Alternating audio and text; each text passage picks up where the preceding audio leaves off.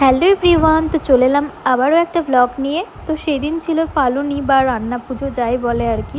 তো এই যে এখানে পুজোটা হয়েছে, আর এটা যেহেতু রান্না পুজো তাই খাওয়া দাওয়ার কিছু টুকটাক নিয়মকানুন থাকে। তো ওখানে খইটা বেছে রাখলাম, রাত্রেবেলায় দুধ কলা খই চিড়ে মিষ্টি এসবই খেতে হবে আর কি। তোমাদের কাদের কাদের এই নিয়মটা আছে আমাকে অবশ্যই কমেন্ট করে জানিও। তো ওইসব খেয়ে তো রাতে ঘুম আসছিল না, গাটাও গোলাচ্ছিল, তাই বর একটার সময় একটু ম্যাগি বানিয়ে নিয়ে এসেছিলো। দেন কিন্তু পরের দিন সকালে দেখো বার্থডে বয়ের প্রথম গিফট চলে এসছে।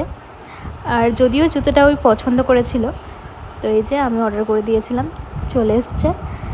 দেন কিন্তু সন্ধ্যাবেলায় একটু বেরিয়েছিলাম, আর ওর জন্য এখান থেকে ফ্লাওয়ার্স নিলাম আমি। তারপর চলে এসেছিলাম দুজন মিলে একটা ক্যাফেতে। আর বিয়ের পর কিন্তু সেই রকম সারপ্রাইজ বলে আমাদের ক্ষেত্রে কিছু থাকে না, কারণ ও কিছু প্ল্যান করলে আমি জানতে পারি, আর আমি প্ল্যান করলে ও তো জানতে পারবেই। তারপর একটা পিৎজা নিয়ে চলে এসেছিলাম বাড়ি। আর এখন একটি ছোট্ট করে সেলিব্রেশন হবে আর কি। আর ও না এসব পছন্দ করে না, মানে লজ্জা পায় একটু আর কি। তাও এইটুকু না করলে হয়, জোর করে একটু করা হয়েছে। তো সবাই ওকে একটু আশীর্বাদ করে দিও যেন সবসময় ভালো থাকে। তারপর কেক কাটিং হচ্ছিল, তো দেখতে থাকো।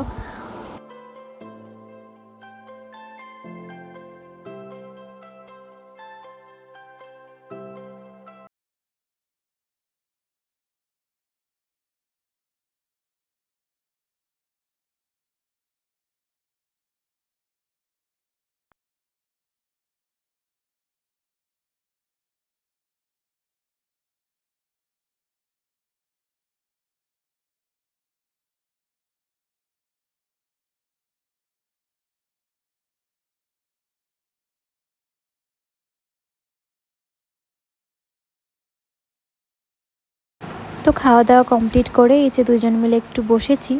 আর কেকও নিয়ে এসেছিলাম একটু, তাই দেখাচ্ছেও, মানে কেকটা খুবই টেস্টি ছিল। আর ওর জন্য একটা শার্টও অর্ডার দিয়েছিলাম, কিন্তু ও আজকে আসেনি, তাই মনটা একটু খারাপ ছিল। তো কী আর করা যাবে, 1-2 দিনের মধ্যে শার্টটাও চলে আসবে, তারপর তোমাদের সঙ্গে শেয়ার করে দেব। তো আজকের দিনটা এইভাবেই কেটে গেল। ভালো লাগলে একটা লাইক করে দিও। দেখা হবে নেক্সট কোনো ব্লগে। ততক্ষণ ভালো থেকো, সুস্থ থেকো, টাটা।